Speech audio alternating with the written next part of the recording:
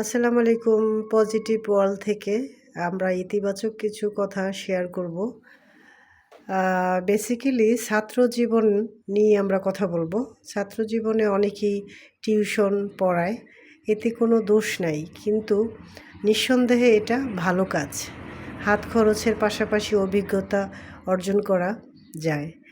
আর tuition পড়ানোর জন্য প্রয়োজন প্রচুর ধৈর্য আর সহজে বোঝাতে পারার ক্ষমতা।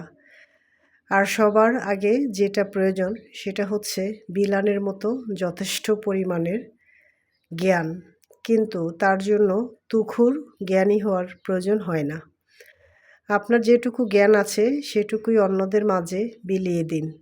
নিজের জ্ঞানকে বর্ধনশীল রেখে অর্জিত জ্ঞানটুকুর মধ্য থেকে যেটুকু সম্ভব বিলিয়ে দিন। সমাজে উপকারে আসতে পারলে তবেই না আপনি মানুষ।